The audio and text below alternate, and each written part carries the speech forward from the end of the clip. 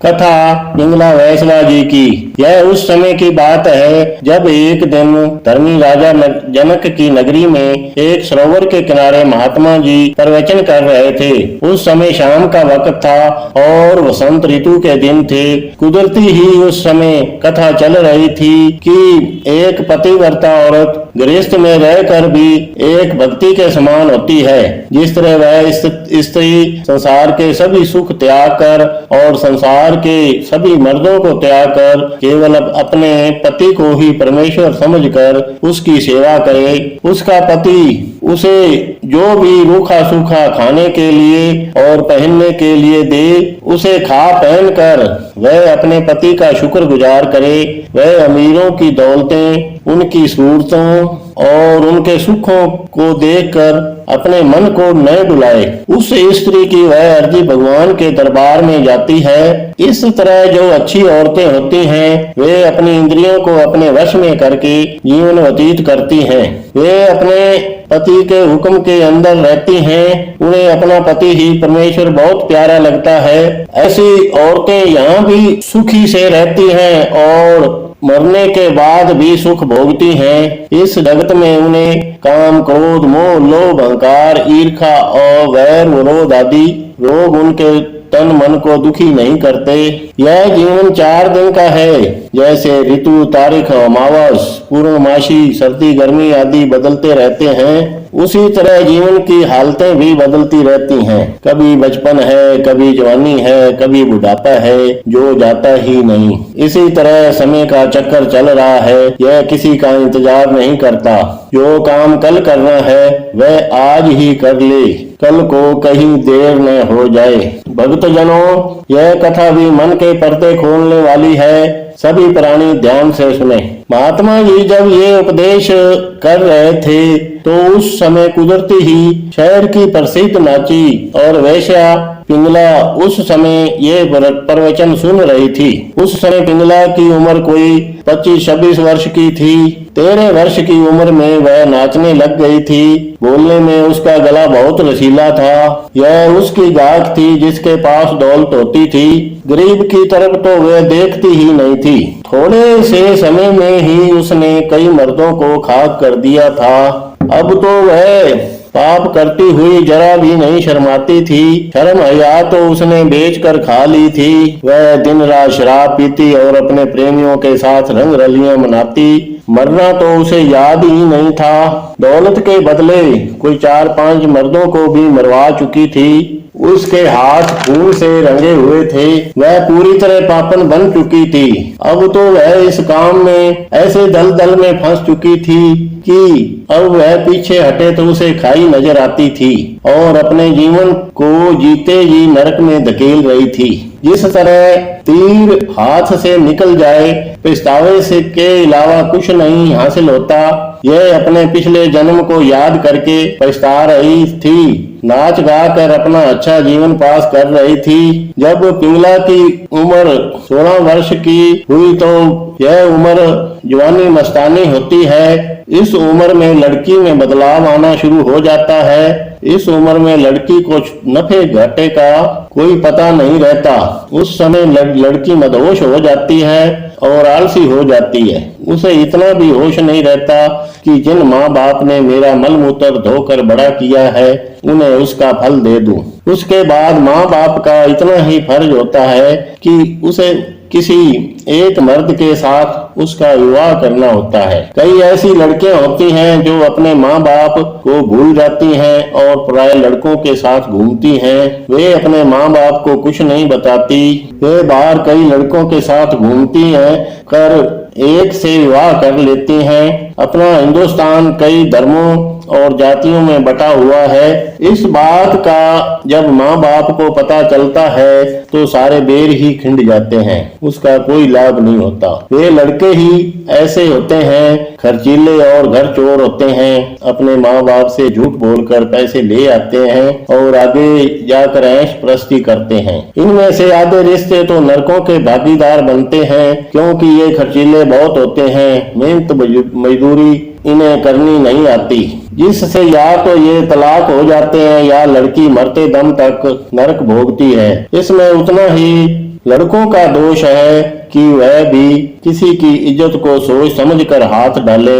ऐसी लड़की अगर किसी और बिरादरी में चली जाती है तो लड़की के माँ बाप और रिश्तेदार सभी उसका साथ छोड़ देते हैं। वह लड़की सारी उम्र दूध की धुली ही क्यों न रहे, लेकिन वह फिटकारी जाती है। यह कलंक उसके मरने के बाद ही उतरता है। अगर दूसरी बिरादरी में ही रिश्ता करना है तो माँ बाप की राय जरूरी है। इनमें से कई लड़कियां घूमती घूमती पैसे कमाने के चक्कर में कोठे का रुख करती हैं। इसलिए उन कोठों में कई अधखड़ उम्र की, कई जवान लड़कियां और कई बूढ़ी औरतें होती हैं। यह धंधा आज से ही चला आ रहा है। शुरू शुरू में यह धंधा बहुत अच्छा लगता है, धीरे धीरे वे इसे पेशा बना लेती हैं और आगे दलदल में फंसी चली जाती हैं। उन्हें ऐसी बीमारी लग जाती है जिसका कोई इलाज नहीं होता। ये जीता जी नरक भोगती हैं और मरने के बाद भी नरकों में जाती हैं।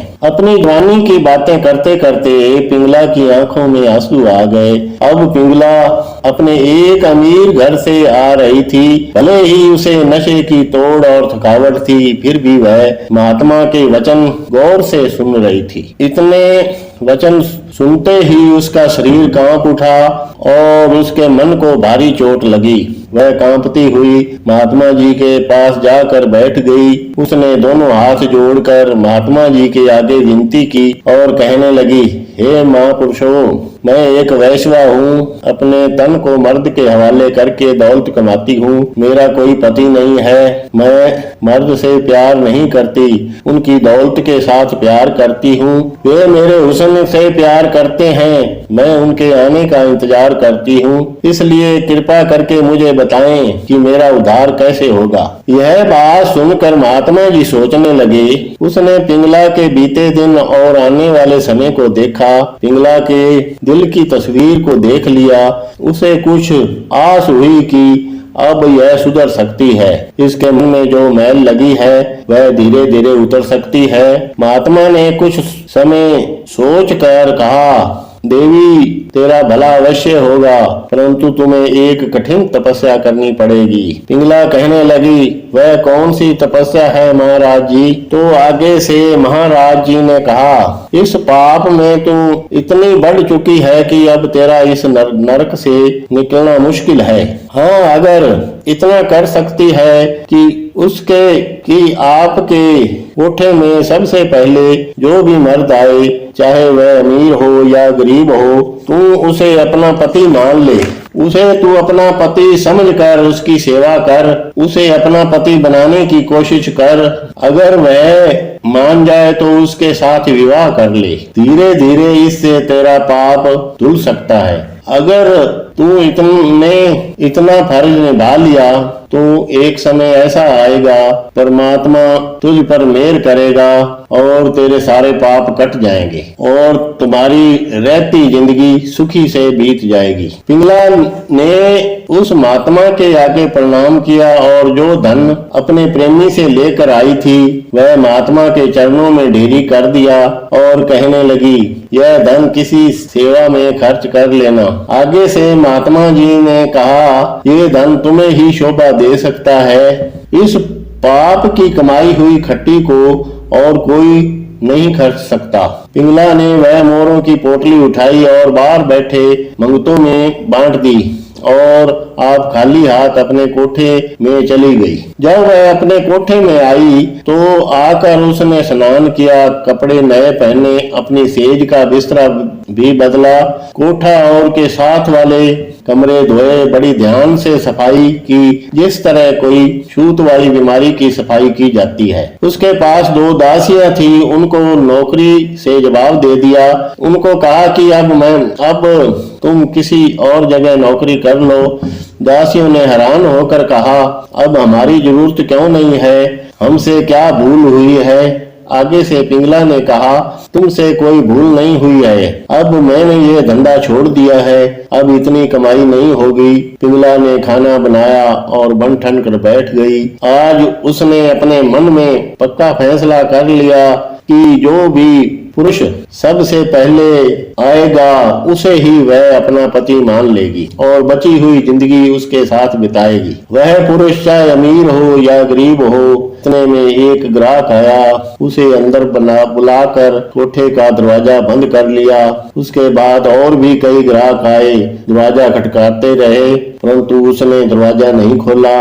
सारी रात वह उसकी सेवा करती रही। जब पिंगला ने उसे विवाह का नाम लिया तो वह बहाने बनाने लगा। ये वह माया होती है जो किसी की जेब काट कर, जुआ खेल कर, किसी से धोखे से रकम लेकर, किसी से ज्यादा सूद लेकर, किसी को लूट कर और किसी से ठगी करके दौलत इकट्ठी की होती है। ऐसी दौलत घर में नहीं टिकती। वह रकम इन कामों में और शराब कबाब में खत्म हो जाती है। पिंगला काफी समय उस पुरुष के तरले करती रही परंतु वह अपना काम निकाल कर चलता बना। अब पिंगला का यह हर रोज का काम हो गया था। वह शाम को अपने कोठे में सज धज कर बैठ जाती। जो भी सबसे पहले ग्राहक आता उसे अपना पति मानकर सारी रात उसकी सेवा करती। जब उससे विवाह के बारे में बात करती तो सभी कोई न कोई बहाना बना लेते और चलते बनते। उसके पास कई पक्के ग्राहक भी आए परंतु उन्होंने भी पिंगला की दया याचना पर तरस नहीं किया। धीरे धीरे पिंगला को यकीन होने लगा कि वे मेरे जिस्म के ही भूखे थे और भूख मिटाकर चले जाते हैं। मैं उनके धन की प्यासी थी। पहले तो पिंगला ने सोचा कि यह आसान सा काम है, मैं तो वैसे ही इन्हें अपना बना रही थी। यह सोचकर उसे अपनी जवानी के समय की याद आने लगी कि काश उस समय अपनी जवानी को संभाल लेती। मैं मदोश हो गई थी। दौलत के लालच में इस नरक में न पड़ती और ये दिन न देखने पड़ते। अब पिंगला का यह नित नेम हो गया था। वह हर रोज हार श्रृंगार लगाकर बैठ जाती। जो भी पहले मर्द आता उसकी सारी रात सेवा करती। जब वह उससे बाकी की जिंदगी बिताने के लिए बात करती तो उससे कन्नी कतराने लगते। पिंगला ने यह काम बिल्कुल आसान समझकर यह उसकी सबसे बड़ी भूल थी। अब उसके दिमाग में आ रहा था कि वह समाज में कितनी गिर गई है और यारों को भी पता चल गया कि वे मेरे हुस्न के ही प्यासे थे, प्यास मिटाकर चले जाते थे। धीरे धीरे ग्राहक कम आने शुरू हो गए लेकिन उसने अपना नित्यनेम नहीं तोड़ा। ऐसा करते करते उन्हें 12 साल बीत गए। उसकी उम्र भी कोई 40 के करीब पहुंच गई थी। उसे बुढ़ापा आता नजर आ रहा था। अब तो उसे शीशे की तरह मालूम हो गया था कि वह समाज में कितनी गिर गई है। इस 12 साल की उम्र में उसके पास पता नहीं कितने ही मर्द आए। किसी एक ने भी विवाह के लिए हाँ नहीं की या किसी एक ने भी नहीं कहा कि चलो मैं तुम्हें अपने घर ले चलता हूँ, मेरे घर में रोटी बनती हो जाएगी। वह जिससे भी बात करती सभी इससे कन्नी काट कर चले जाते और पिंगला हाथ मलती रह जाती। एक दिन की बात है कि भगवान विष्णु जी ने पिंगला का इम्तिहान लेने के लिए आए। उसने एक बूढ़े ब्राह्मण का रूप धारण कर लिया।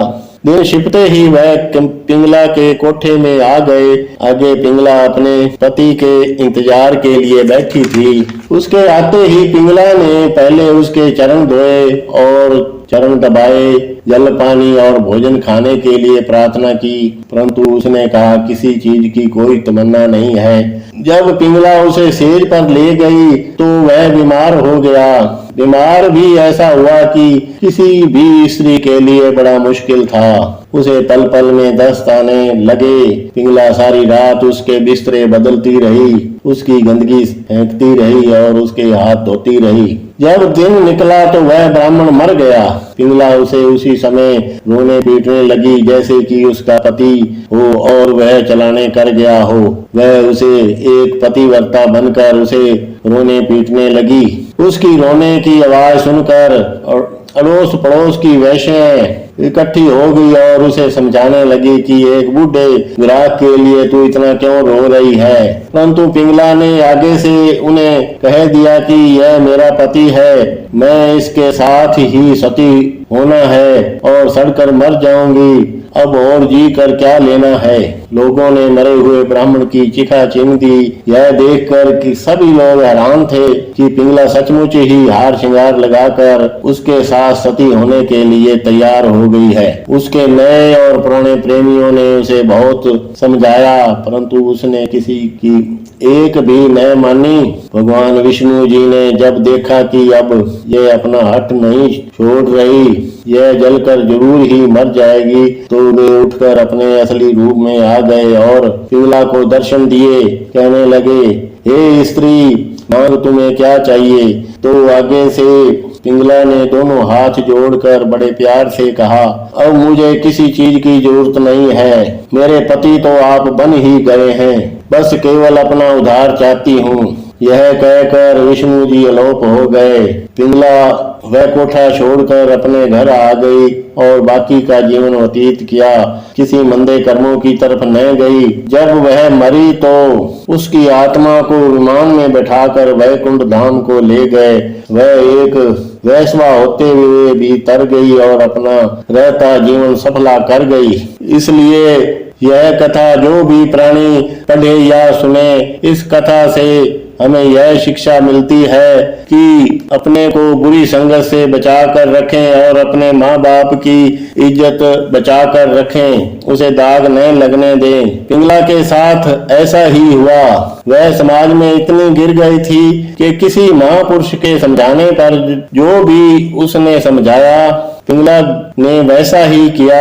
उसने 12 वर्ष तक किसी को भी अपने पति बनाने का यत्न किया, परंतु उसे ऐसा एक भी पुरुष न मिला जो उसके साथ पूरी जिंदगी बिता सके। तब उसे पता चला कि वह समाज में कितनी गिर गई है।